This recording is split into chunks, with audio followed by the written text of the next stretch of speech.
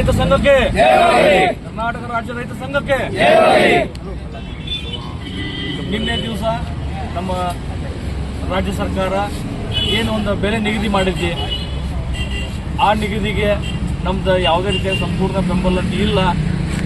ಯಾಕಪ್ಪ ಅಂದ್ರೆ 3,300 ರೂಪಾಯಿ ದರ ನಿಗದಿ ಮಾಡಿದಾರೆ. ಆ ದರ ನಿಗದಿತೊಳಗೆ ಕೆಲವೊಂದು ಅವರು ಷರತ್ತುಗಳನ್ನು ಇಟ್ಟಿದ್ದಾರೆ.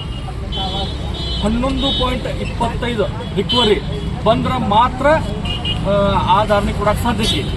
ಆ ದಾರಣಿ ಕೊಡಕ್ಕೆ ಸಾಧ್ಯ ಇದ್ರೂ ಕೂಡ 3,200 ರೂಪಾಯಿ ಮೊದಲನೇ ಕಂತವಾಗಿ, 50 ರೂಪಾಯಿ ಫ್ಯಾಕ್ಟ್ರಿಗಳಿಂದ, ಇನ್ನು ಉಳಿದ 50 ರೂಪಾಯಿ ಸರ್ಕಾರದಿಂದ ಸೇರಿಸಿ 6 ತಿಂಗಳು ಬಿಟ್ಟು ರೈತರ ಖಾತೆಗೆ ಜಮಾ ಮಾಡ್ತಕ್ಕಂಥ ವಿಷಯವನ್ನು ನಿನ್ನೆ ಪ್ರಸ್ತಾಪ ಮಾಡಿದ್ದಾರೆ.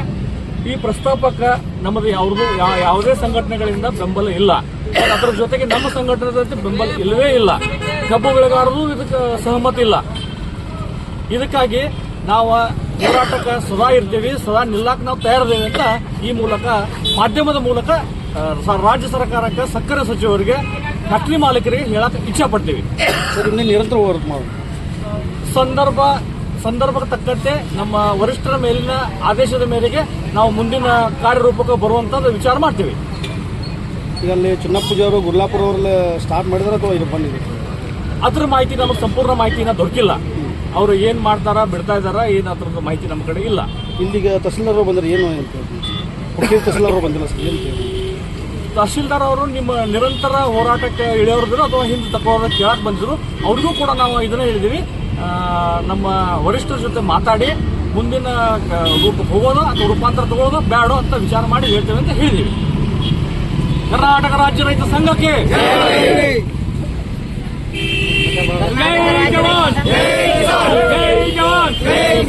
ಕರ್ನಾಟಕ ರಾಜ್ಯ ರೈತ ಸಂಘಕ್ಕೆ, ಕರ್ನಾಟಕ ರಾಜ್ಯ ರೈತ ಸಂಘಕ್ಕೆ ಬೇಕೇ ಬೇಕು, ಬೇಕೇ ಬೇಕು.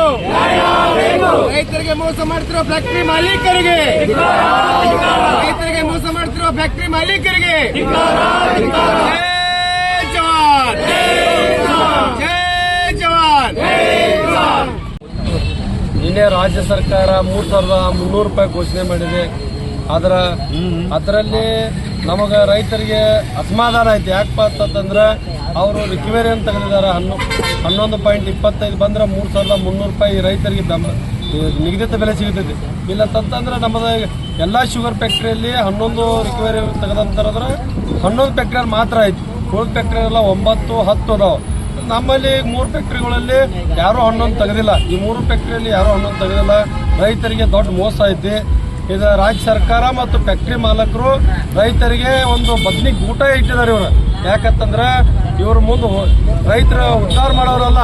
ಇಂಥ ಲಂಚಗೆಟ್ಟ ಸರ್ಕಾರ ಮತ್ತು ಫ್ಯಾಕ್ಟ್ರಿ ಮಾಲಕರು ನೀವು ತಕ್ಷಣ ಅದನ್ನ ಏನೈತಿ ಅದನ್ನ ರದ್ದುಗೊಳಿಸಿ ರೈತರಿಗೆ 3,300 ರೂಪಾಯಿ ತಕ್ಷಣ ನೀವು ಕೊಡ್ತೀವಿ ಅಂತ ಹೇಳಿದ್ರೆ ನಮ್ಮ ಹೋರಾಟವನ್ನು ನಿಂತಿದ್ದೇವೆ. ಅದರ ಮುಂದೆ ಉಗ್ರವಾದ ಹೋರಾಟ ನಮ್ಮದು ಪ್ರಾರಂಭ ಆಗ್ತಿತ್ತು ಅಂತೇಳಿ ಮಾಧ್ಯಮದ ಮುಖಾಂತರ ಸರ್ಕಾರಕ್ಕೆ ಎಚ್ಚರಿಕೆ ಕೊಡ್ತಾ ಇದ್ದೀವಿ.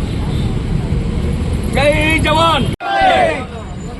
ಕರ್ನಾಟಕ ರಾಜ್ಯ ರೈತ ಸಂಘಕ್ಕೆ, ಕರ್ನಾಟಕ ರಾಜ್ಯ ರೈತ ಸಂಘಕ್ಕೆ ಬೇಕೇ ಬೇಕು, ಬೇಕೇ ಬೇಕು.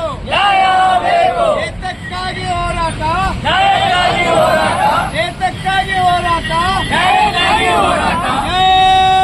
ಜವಾನ್, ಜೈ ಜವಾನ್. ರೈತರಿಗೆ ಮೋಸ ಮಾಡ್ತಿರೋ ಫ್ಯಾಕ್ಟ್ರಿ ಮಾಲೀಕರಿಗೆ, ರೈತರಿಗೆ ಮೋಸ ಮಾಡ್ತಿರೋ ಫ್ಯಾಕ್ಟ್ರಿ ಮಾಲೀಕರಿಗೆ